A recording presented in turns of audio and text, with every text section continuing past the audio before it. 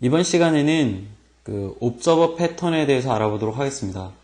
본 패턴을 하기에 앞서서 선수 조건으로 알고 있어야 되는 것이 요 RMI라고 하는 것입니다. 그 본 책의 부록에는 이 RMI에 대해서 크게 세 가지를 설명하고 있는데, 첫 번째가 RMI 베이직이 될 거고요. 그 다음에 두 번째가 RMI 콜백 서비스, 그 다음에 그 스탑 클래스를 동적으로 다운로드 받는 방법, 이렇게 세 가지가 설명되어 있습니다.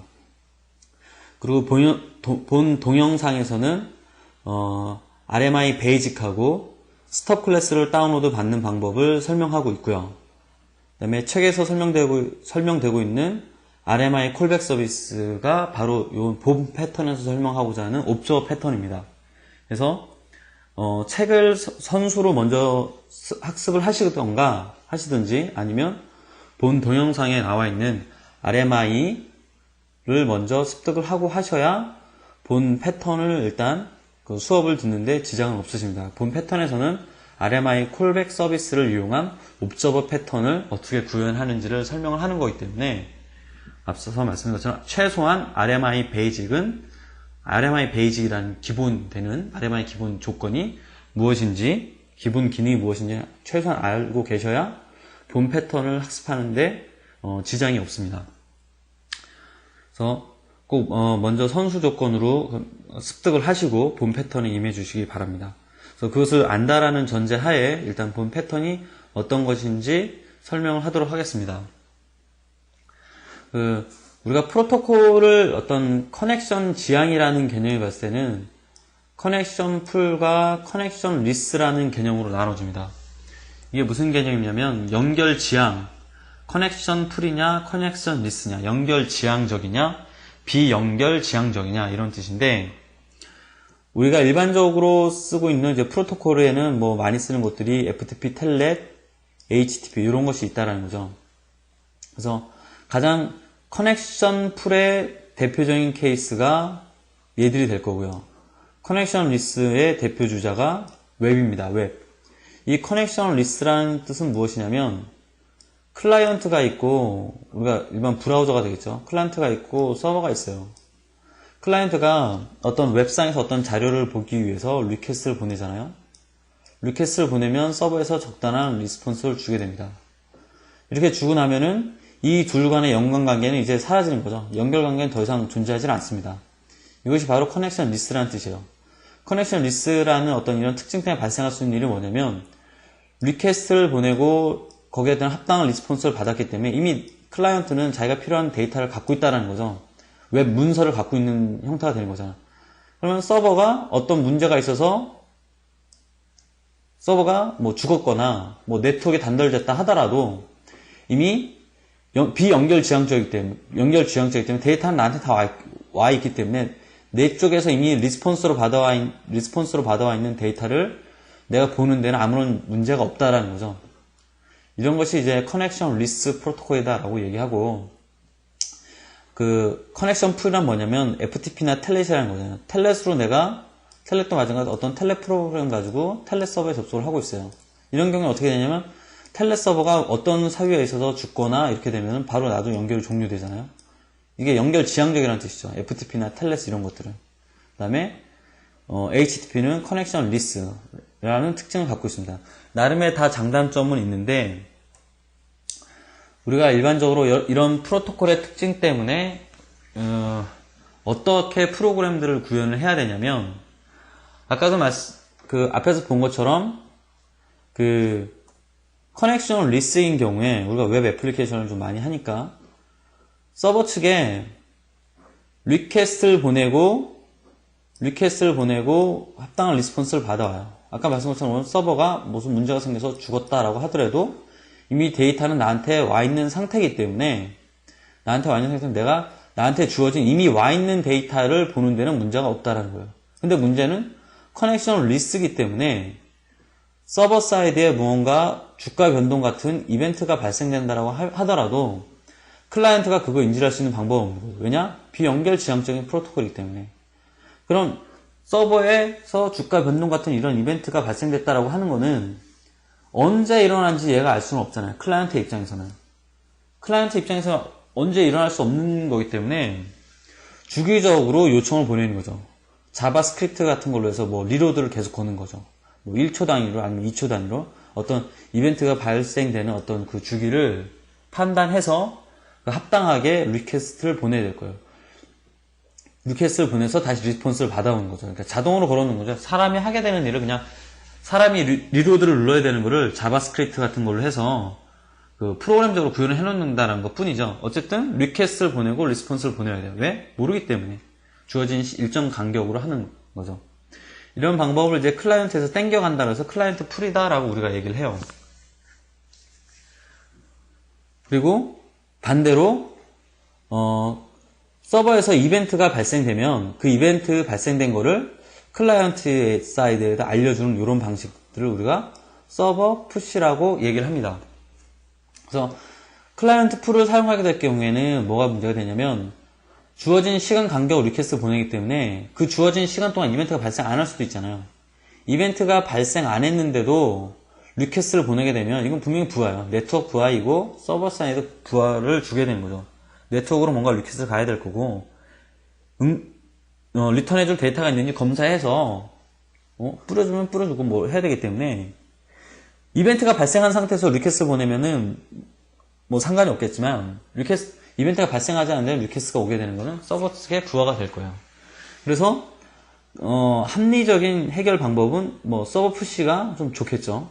이벤트가 발생될 때마다 클라이언트에게 뿌려줘야 된다는 뿌려주는 방법이 훨씬 그 어떤 전체 퍼포먼스라는 측면에서는 이렇게 하는 것이 좋다라는 거죠. 그러면은 이런 것들을 웹에서는 서버 푸시라는 기법을 어떻게 구현을 해야 될 것이냐라는 거죠. 그래서 이거는 아까도 말씀드렸죠. 이거는 HTML과 자바스크립트를 이용하는 거죠. 리퀘스트를 보내고 주어진 간격 시간 동안 리퀘스트 보내고 리스폰스를 받아오는 거예요. 근데 서버 푸시의 경우에는 서버에서 이벤트가 발생될 때 클라이언트에게 뿌려주는 거기 때문에 클라이언트 사이드에서는 항상 준비가 돼 있어야 되는 거예요. 레디 상태가 돼 있어야 되는 거죠. 뭔가 얘가 리스폰스를 줄 거기 때문에 리스폰스를 받을 수 있는 레디 상태로 뭔가가 있어야 돼요. 뭔가가 떠 있어야 된다는 얘기예요. 마치 데몬처럼. 그 데몬처럼 떠 있게 하겠다라고 하는 거는 HTML과 자바스크립트는 구현할 수 없다는 거죠. 뭔가 스탠드 언론 형태로 무언가가 클라이언트 사이드에 존재해야 되는데 그것이 웹에서 작동을 해야 되겠다. 클라이언트 사이드에서 그러니까 클라이언트 사이드에서 별도의 스탠드 언론 형태처럼 떠 있을 수 있는 유일한 웹으로 가능한 자바 애플리케이션은 애플밖에 없잖아요. 그래서 클라이언트 사이드에서는 리퀘스트를 보내서 리스폰스로 무엇을 받아오냐? 그러니까 지금 뭐 요청하는 게 뭐냐면 애플릿을 요청한다는 거죠. 애플릿을 요청을 해서 애플릿이 항상 리슨을 하고 있는 거예요.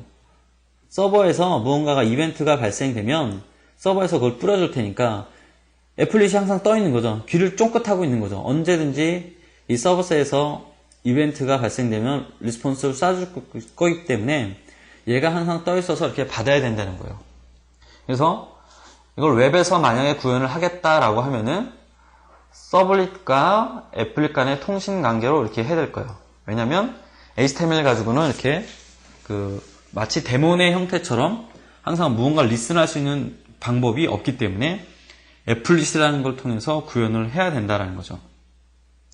웹에서는 이와 같은 방식으로 구현을 하게 됩니다. 서블릿과 애플릿 간의 통신. 근데 본 서적에서는 지금 어떤 예제를 하고 있냐면, 이 경우를 일단 우선적으로 먼저 제가 구현을 해놨습니다. 일단 소스를 먼저 보시게 되면, 소스 코드는 크게 두 가지로 나눠져요. 그래서 1.0과 1.2로 나눠지는데, 1.0의 경우에는, 처음에 말씀드린 것처럼, 클라이언트에서 땡기는 거죠. 서버 측에서 이벤트가 발생된 것을 알 수가 없기 때문에 주어진 시간 간격으로 요청을 보내는 거예요. 이 두 개는 마찬가지로 RMI 베이직으로 구현이 되었습니다. 앞서 사전 전제 조건을 말씀드렸던 것처럼. 그래서 서버 측에서는 보면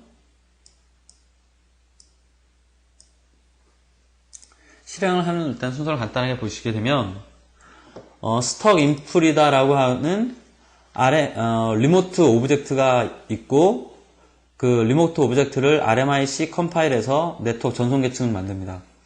간단하게 다시 말씀드리면 RMI의 장점은 네트워크 전송 계층을 자동으로 만들어준다는 거죠. 소스 코드를 컴파일만 함으로써, 무슨 컴파일?